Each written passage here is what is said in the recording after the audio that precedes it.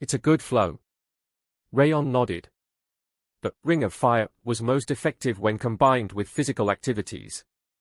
That was why he was able to handle the mana at a level and purity much more superior than usual. His clothes were wet with sweat, and he felt burnt out.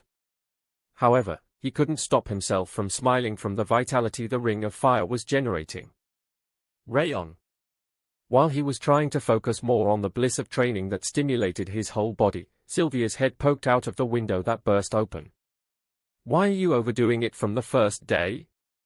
Huff, huff. Rayon slowed his steps and started panting.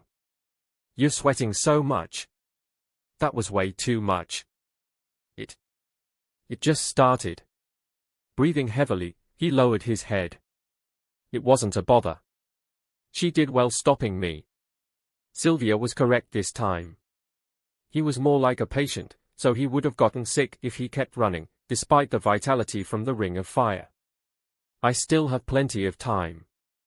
There was still a month before the start of basic training. It was enough time to raise the 2-star Ring of Fire up to 3-star, so he needed to proceed slowly, without haste. I'm going to rest in my room. How is your body? Does it feel bad anywhere? He shook his head at Sylvia, who was looking around his body with concerned eyes. No. I think I need to stop for today and rest. If you overdo it again tomorrow, I'm going to forbid you from training. Don't worry. Rayon smiled lightly and went to his room. Now, I shall practice with the vertical ring. The Ring of Fire that rotated horizontally developed the body, while the Ring of Fire that rotated vertically developed the mind. He had been practicing with the horizontal Ring of Fire up to that point, so it was time to practice with the vertical one.